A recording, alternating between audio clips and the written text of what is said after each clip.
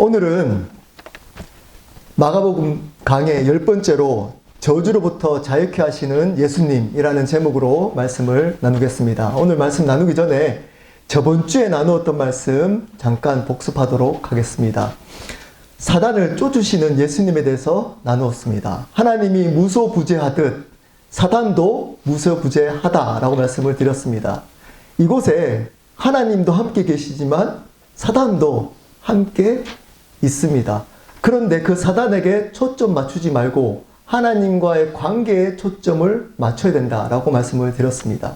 그렇지만 그 사단을 무시하면 안 되고 사단이 우리를 공격할 때 예수 그리스도 이름으로 대적하는 신앙이 바른 신앙이다라고 말씀을 드렸습니다. 그 일이 회당에서부터 일어났다라고 말씀을 드렸습니다.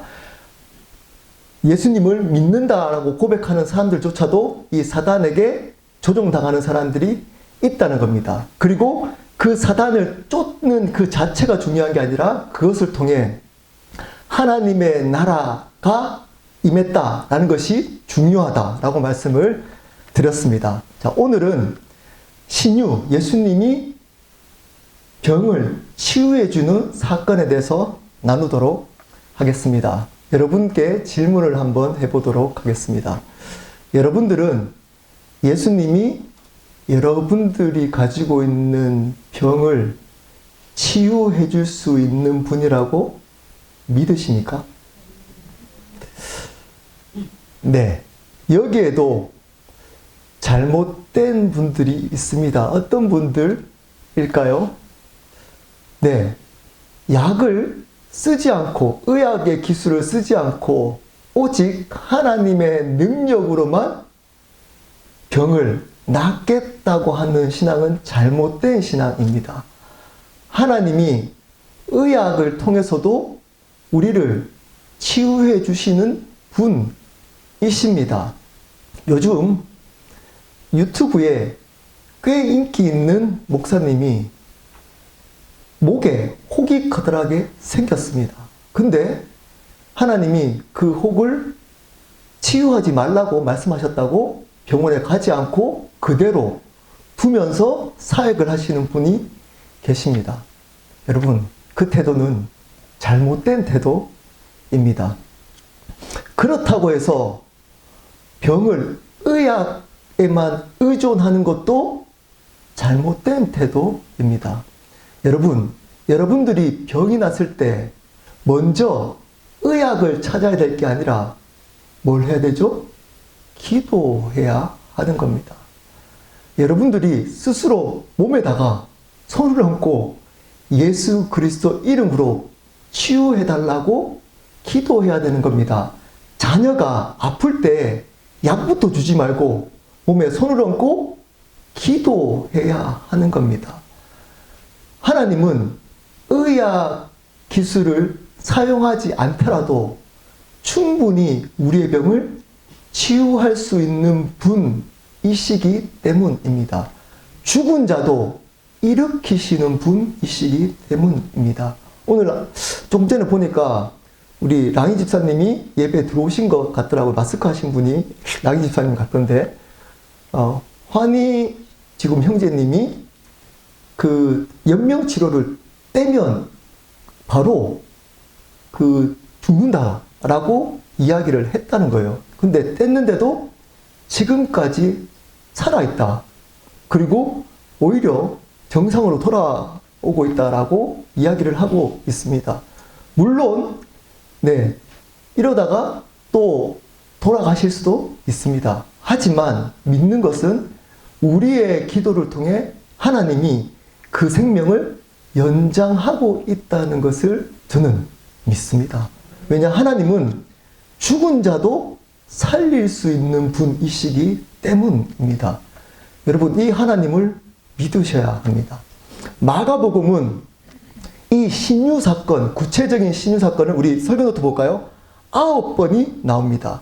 오늘 나오는 베드로의 장모 열병을 고치시는 사건, 나병 환자를 고치시고, 중풍 환자를 고치시고, 회당에 손 마른 자를 고치시고, 12년간 혈류증 걸린 여인을 고치시고, 회당장의 죽은 딸을 살리시고, 귀먹고 말 더듬 자를 고치시고 벳세다 소경도 고치시고 맹인 바디메오도 고치셨습니다.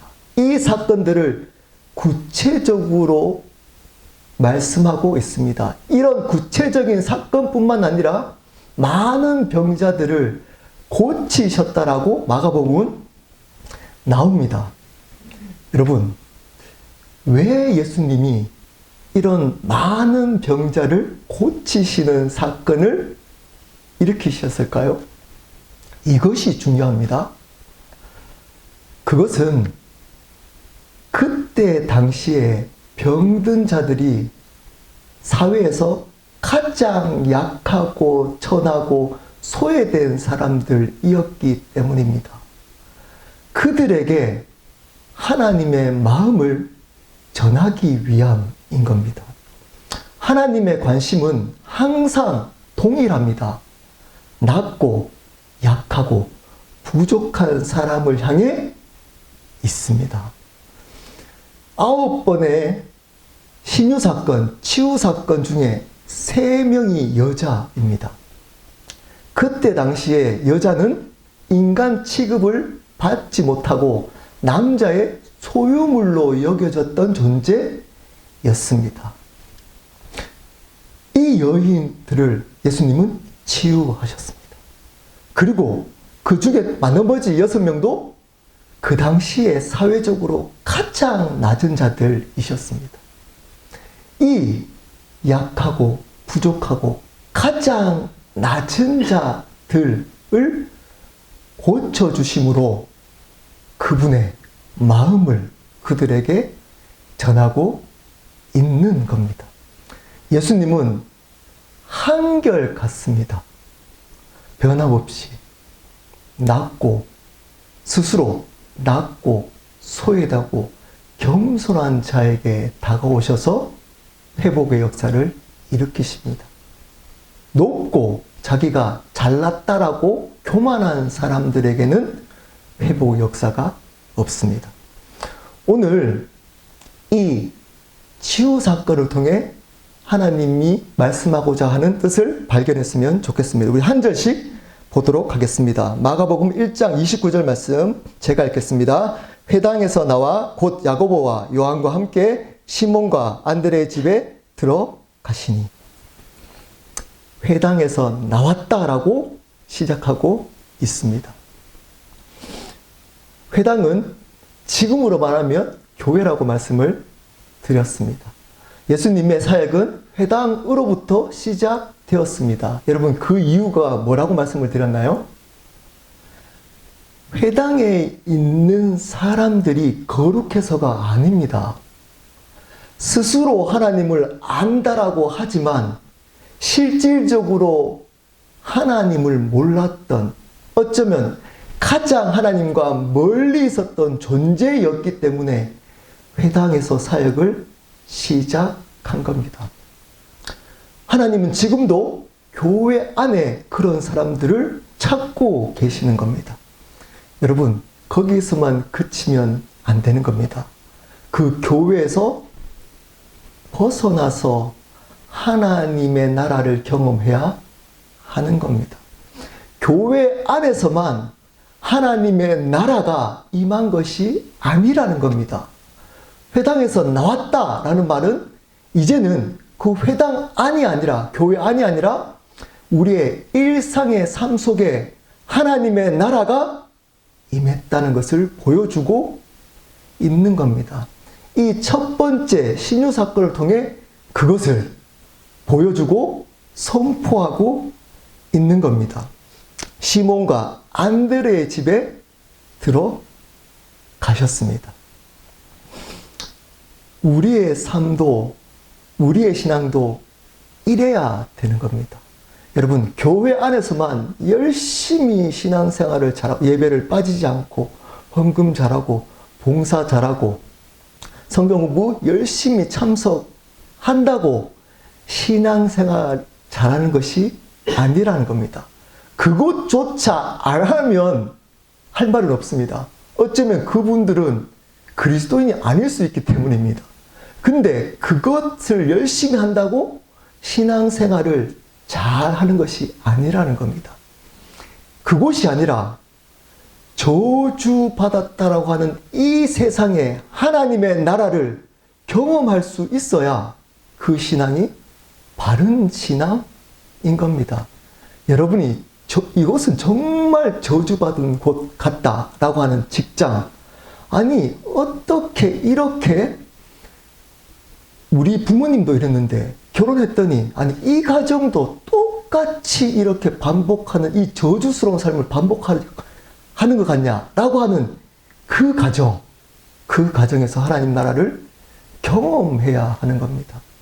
여러분 모습 속에 아니 어떻게 저렇게 부모가 제일 싫어했던 모습, 난 절대 닮지 않겠다라고 했던 그 저주스러운 모습이 내 삶 속에서도 반복되는 그 내 모습 속에 하나님의 나라를 경험해야 그 신앙이 바른 신앙인 겁니다. 교회 안에서만 있는 신앙이 바른 신앙이 아닙니다. 그리고 30절입니다. 우리 한 목소리로 읽어보도록 하시겠습니다. 읽어보시겠습니다. 시작. 시몬의 장모가 열병으로 누워있는지라 사람들이 곧 그 여자에 대하여 예수께 여쭈었는데 시몬의 장모가 열병으로 누워 있었다라고 이야기를 하고 있습니다. 한 구절로 있지만 이 장면은 비참한 삶을 보여주고 있는 겁니다. 그때 당시에 여자는 가장 하나님 앞에 저주받은 존재였다라고 말씀을 드렸습니다. 그러한 여자라는 존재인데 그 여자가 열병까지 걸린 겁니다. 이 열병은 장티푸스나 콜레라로 추정합니다. 열이 나서 심각하게 죽을 수도 있는 병이 걸려버린 겁니다. 이렇게 심각한 병은 그 유대인들은 어떻게 생각했다고요? 하나님의 저주로부터 왔다라고 생각했습니다. 저주받은 여인이 저주받은 병으로 누워 있습니다. 저주 중에 저주받고 저주받은 삶을 보여주고 있는 겁니다. 베드로에게 장모가 있었고 같이 살았습니다. 조금 벗어나는 이야기이지만 여러분 베드로가 아내가 있다는 것은 들어보셨나요? 그 아내의 이야기가 딱 한 번 나옵니다. 고린도 전서 5장 9절에 나옵니다. 바울이 이 베드로가 전도여행을 아내와 다녔다라고 밝혀주고 있습니다. 베드로가 아내와 함께 전도여행을 다녔습니다. 여러분 아셨나요? 아내와 함께 전도여행을 다녔습니다. 이 아내를 잠시 제가 묵상을 해봤습니다. 아니 어땠을까? 갑자기 잘 어부일을 하던 그 남편이 자기 직업을 팽개치고 예수님을 따른다는 겁니다. 이 아내가 어땠을까요? 아마 황당하고 힘들었을 겁니다. 근데 그 아내가 지금 베드로와 함께 사역을 감당하는 존재로 바뀐 겁니다. 이 아내, 베드로의 아내를 보면서 제 아내가 생각났습니다. 네. 절대 자기는 사모가 되지 않겠다. 다른 거는 다 할 수 있어도 사모만은 되지 않겠다. 다른 말로 당신 목사만 되지 말아라 했는데 목사가 되었습니다. 네. 그리고 지금 네, 저쪽 건물에서 네, 같이 사역을 하고 있습니다. 저는 이게 은혜라고 생각합니다. 아마 베드로는 그 감사함 때문에 그렇게 자기를 이해해주고 같이 사역을 감당해줬던 그 감사함 때문에 장모와 살았을 것 같다는 것이 제 생각입니다. 근데 그 장모가 열병에 걸려서 누워 있습니다. 1장 31절입니다. 우리 함께 읽어보도록 하시겠습니다. 시작. 나아가사 그 손을 잡아 일으키시니 열병이 떠나고 여자가 그들에게 수종드니라. 오늘 말씀 중에 제일 중요한 말씀입니다. 나아가사 그 손을 잡아 일으키시. 제가 이 구절을 묵상하는데 울컥했습니다. 지금도 그 감정이 남아 있습니다. 여러분, 이 장면이 그냥 아무렇지 않게 예수님이 그 장모의 손을 잡고 일으켰다. 하나님이니까 일으켰다. 라고 보시면 아무런 감동이 없습니다.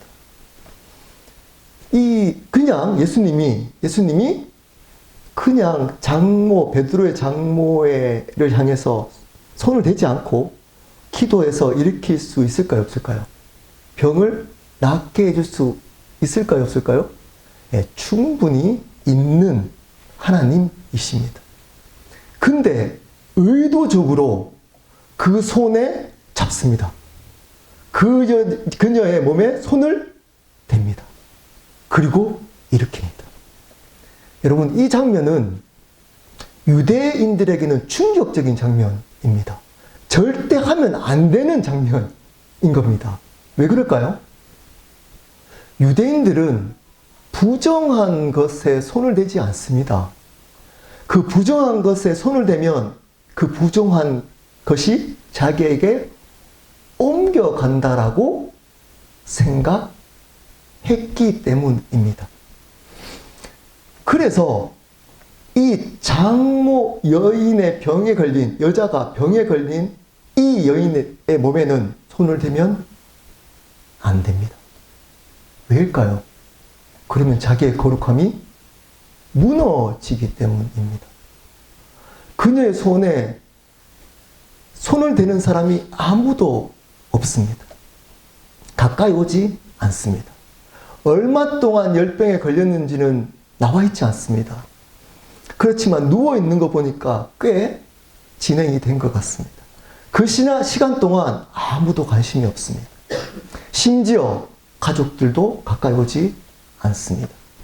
홀로 병을 앓으면서 죽음을 기다리면서 누워 있습니다.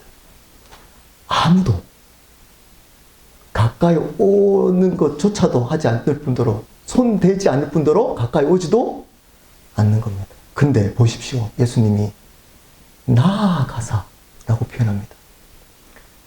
아무도 가까이 가지 않는 그 여인에게 예수님이 다가가기 시작합니다. 사람들이 쳐다봅니다. 왜 그러지? 왜 그러지? 라고 생각합니다. 설마. 근데 그 예수님이 여인의 몸에 손을 댑니다. 여인의 손을 잡습니다. 여러분, 의도적으로 하신 겁니다. 이 의미가 뭘까요? 이 의미가 뭘까요? 그때 당시에 병은 어디로부터 왔다고요? 하나님의 저주로부터 왔다라고 유대인들은 믿었습니다. 그래서 아무도 가까이 하지 않았습니다. 자신의 거룩함을 지키기 위해서 그 저주스러운 몸에 손을 대지 않았던 겁니다. 근데 가장 거룩한 분이 가장 저주스러운 여인의 몸에 손을 댑니다. 많은 사람들은 자신의 거룩함을 지키기 위해 그녀의 몸에 손을 대지 않습니다.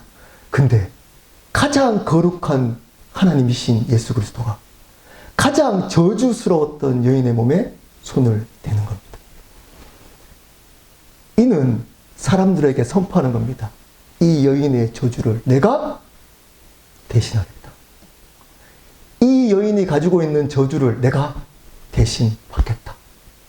라는 것을 사람들에게 보여주고 있는 겁니다.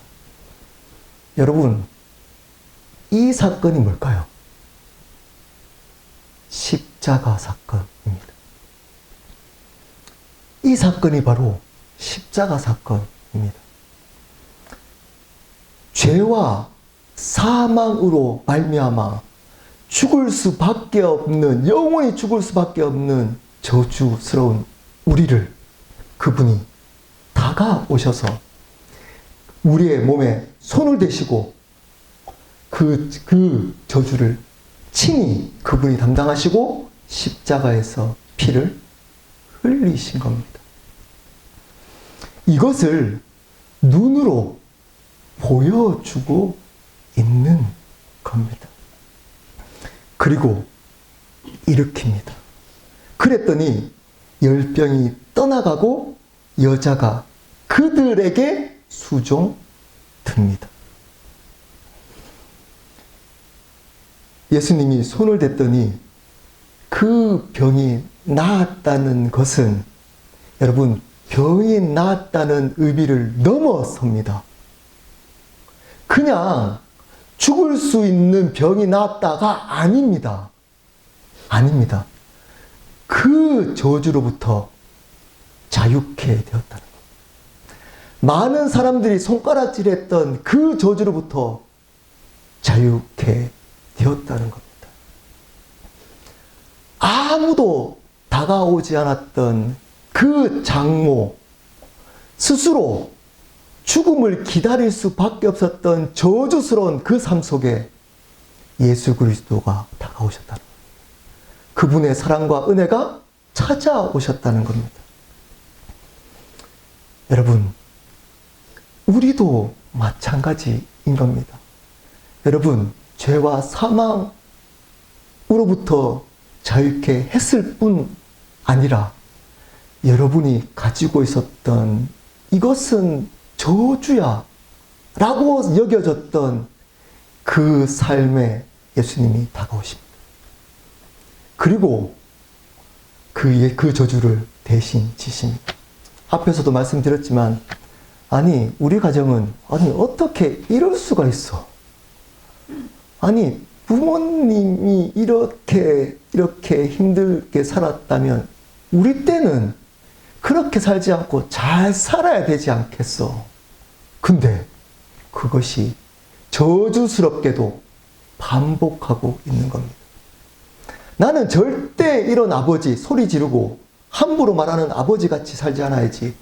어머니처럼, 가정에 소홀한 어머니처럼 살지 않아야지 했는데 그 모습이 나에게도 저주스럽게 보여지는 그 삶. 나는 저런 사람들과 달라. 나는 거룩한 삶을 살아야지.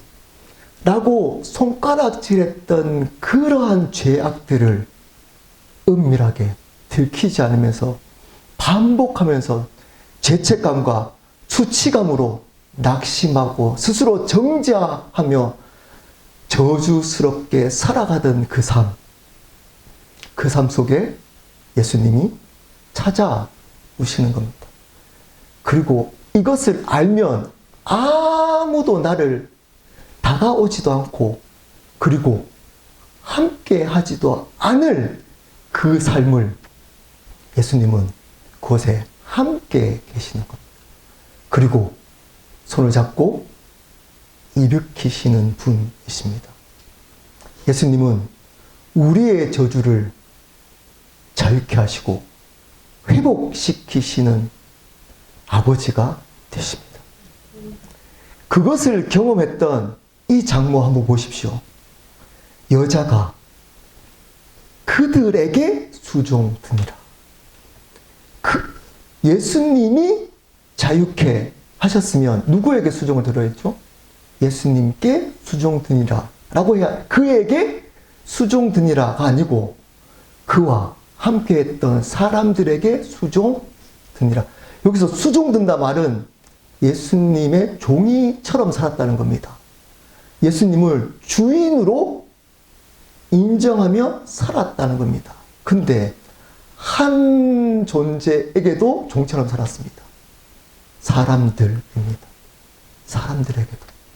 예수님의 종으로 산다는 말은 나에게 주어진 사람들에게도 종으로 사는 겁니다. 말로만 나는 하나님의 종이야 라고 하고 사람들에게는 내가 하고 싶은 대로 사는 것이 아닙니다. 예수님의 종으로 산다는 것은 나에게 붙여준 사람들에게도 종으로 사는 겁니다. 목사가 예수님의 종으로 산다는 것은 뭘까요? 네, 여러분들의 제가 종으로 살아간다는 겁니다. 그것을 이야기를 해주고 있는 겁니다. 마가복음 1장 32절 33절 우리 또 한 목소리를 읽어보도록 하시겠습니다. 시작. 저무로 해질 때에 모든 병자와 귀신 들린 자를 예수께 데려오니 온 동네가 그 앞에 모였더라. 그 소문을 듣고 많은 병자와 귀신 들린 자들을 사람들이 데리고 옵니다. 그랬더니 그 귀신 들린 자, 병든 자들 뿐만 아니라 그것을 보려고 온 동네 사람들이 몰려왔습니다. 여러분 한번 상상해 보십시오. 예수님의 집 앞, 예수님이 머물렀던 그 베드로의 집 앞에 누가 먼저 빨렸을까요? 병자들, 귀신 들린 자들이 온통 그 앞에 몰려들었습니다. 그 장면을 사람들이 보고 있습니다.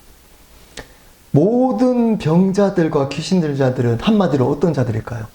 저주받은 사람들. 하나님께 저주받은 존재들이 하나님이신 예수님께 나온 겁니다. 하나님의 저주받은 자들이 가장 거룩한 예수님께 나온 겁니다. 여러분, 이 장면이 가장 거룩한 장면인 겁니다. 상황이 거룩해지는 것이 거룩한 것이 아닙니다. 어떤 걸까요? 예, 헌금하고 예배 잘 드리고 11조 하고 성경 공부 잘 참석하고 성경 통독 잘하고 기도 빠지지 않고 이런 것들이 여러분 거룩한 것 같잖아요. 물론 그것은 중요합니다. 이거 부정하는 거 아니란 거 이제는 아시죠? 그거 극단적으로 생각하시면 그거 중요합니다. 근데 그거 한다고 거룩한 거 아닙니다. 어떤 게 거룩한 걸까요? 그곳에 예수님이 주인으로 계셔야 되는 겁니다. 그곳에 예수님이 계셔야 거룩한 겁니다. 비록 주위에 보기에는 거룩해 보이지 않는 그곳이라도 그곳에 예수님이 계시면 그곳은 거룩한 곳입니다.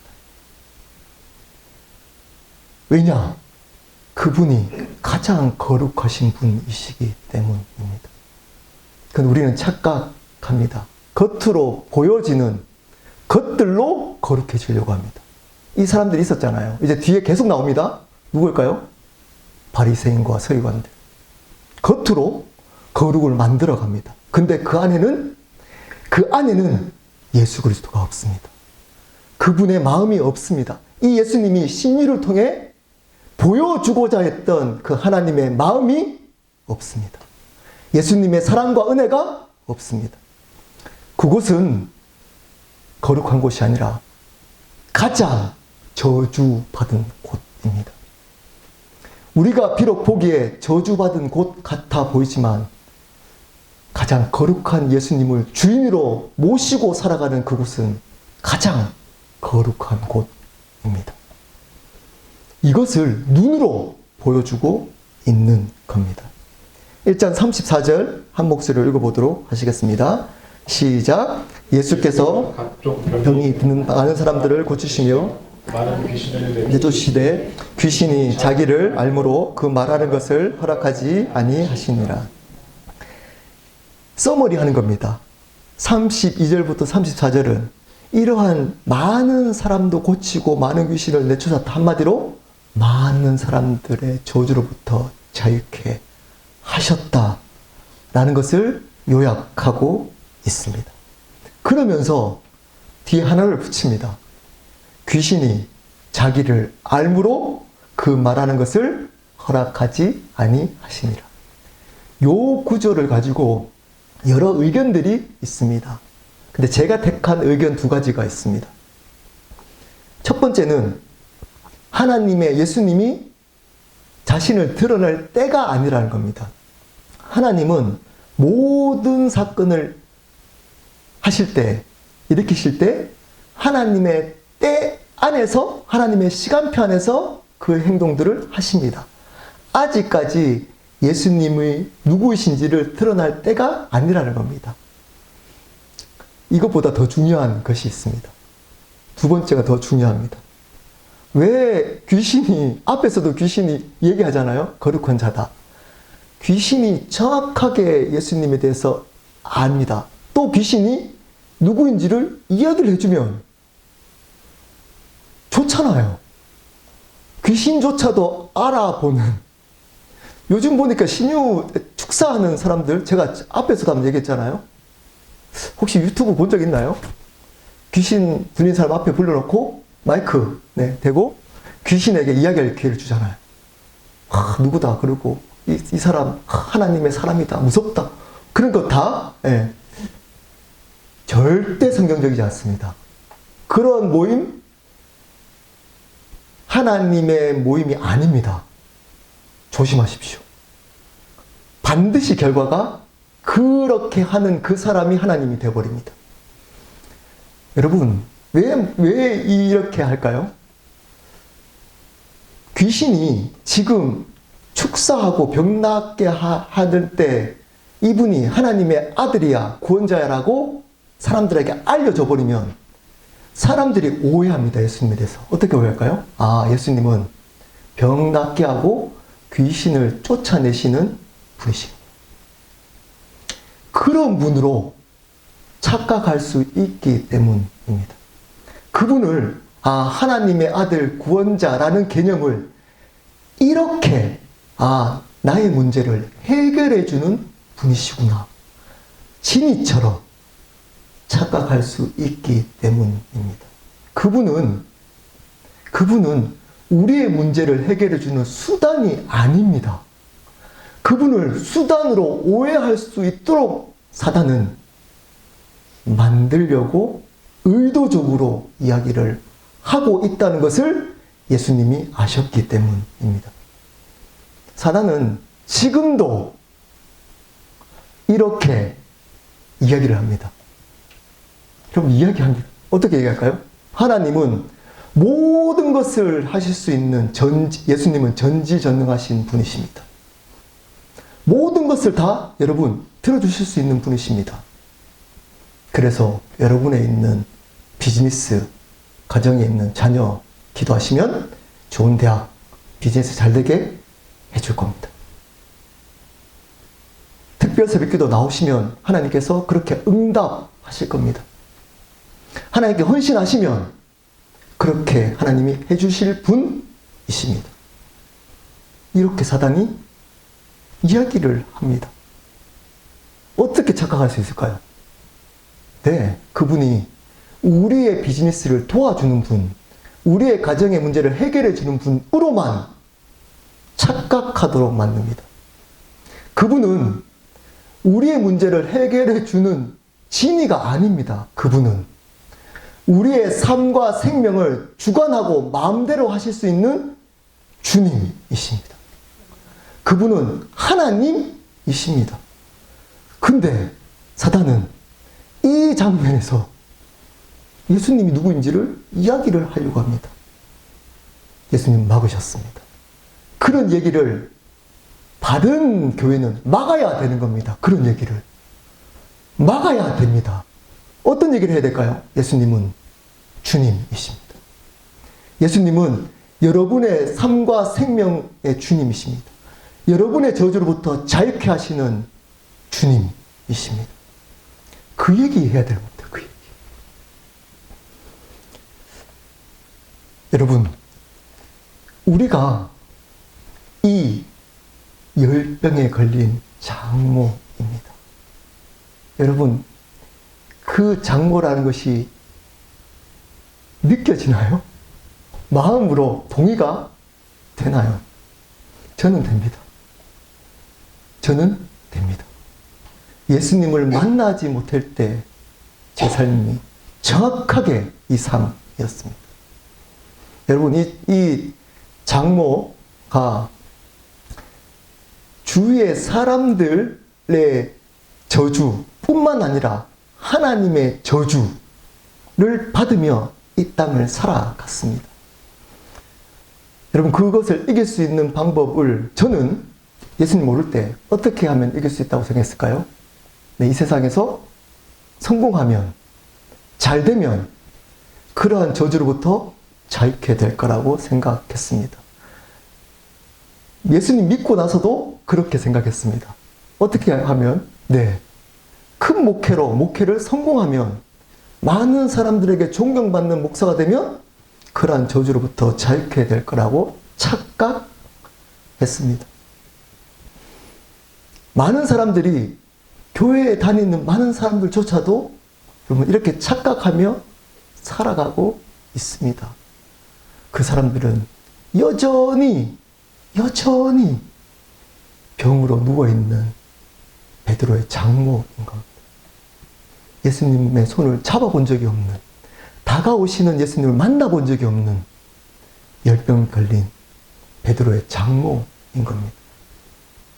지금도 예수님은 그러한 우리의 삶, 베드로의 장모와 같은 그 저주받은 삶 가운데 찾아오시고 우리의 손을 잡으십니다. 어떻게 될까요? 우리가 그 손을 잡으면 됩니다. 다른 말로 그분을 나의 삶과 생명의 주님으로 영접하면 됩니다. 그러면 우리가 받을 수 있는 모든 저주를 그분이 대신 받으십니다. 그리고 그 안에서 참된 자유를 누리며 살아가게 됩니다. 제가 증인입니다. 그렇게 살아갔던 제 삶 속에 다가오셔서 제 손을 잡아주셨던 그분의 은혜, 그분을 제 삶의 주인으로 영접하는 순간, 아니 이거는 저주 아니냐 했던 그곳이 거룩한 땅으로 바뀌었습니다. 그 가정이 거룩한 장소로 바뀌었습니다. 아니 이런 내가 사람한테 절대 들키면 안 돼 라고 했던 제 삶이 들켜도 괜찮아 라는 삶으로 바뀌었습니다. 왜냐? 그분이 저의 모든 저주를 대신했다는 것을 알았기 때문입니다. 그 예수님을 만났기 때문입니다. 여러분, 그 예수님의 손을 잡아야 참된 자유를 누릴 수 있습니다. 그 예수님을 붙들어야 여러분 살아갈 수 있습니다. 다른 그 어떤 것도 우리를 그로부터 자유할 수 없습니다. 여기서 그치면 안 됩니다. 예수님을 주인으로, 종으로, 우리가 그분의 종으로 살아가야 참된 자유함을 잃지 않고 살아갈 수 있습니다. 교회는 그것을 계속 이야기를 해야 참된 자유를 누리며 살아갈 수 있는 거룩한 곳이 됩니다. 그렇지 않고 예수 믿으면 잘 돼, 예수 믿으면 들어줄 거야 라고 하면 그곳은 가장 저주스러운 곳이 되어버립니다. 기억하십시오. 그 예수 그리스도가 우리 삶의 주인이 되는 겁니다. 그것이 어떤 삶일까요? 여기서 그치면 안 됩니다. 바로 우리도 저주받은 삶으로 다가가야 하는 겁니다. 예수님이 아무도 다가가지 않았던 그 저주스러운 사람에게 다가갔듯이 우리도 아니 이런 사람이 어떻게 예수를 믿어? 아니 이런 사람하고 난 되지 못하지. 이런 죄를 짓고 이렇게 더러운 이 사람하고 내가 어떻게 내 거룩함을 유지해야지. 아니 이런 장소에 갈 수 있어. 여러분, 교회를 나와서 그 저주스럽다고 하는 그 장소, 그 사람에게 다가가야 하는 겁니다. 그것이 예수님으로부터 자유케 되어서 자유케 하신 그 예수님을 주인으로 믿는 삶인 겁니다. 그 삶을 사시기를 예수 그리스도 이름으로 축복합니다. 우리 함께 기도하도록 하겠습니다.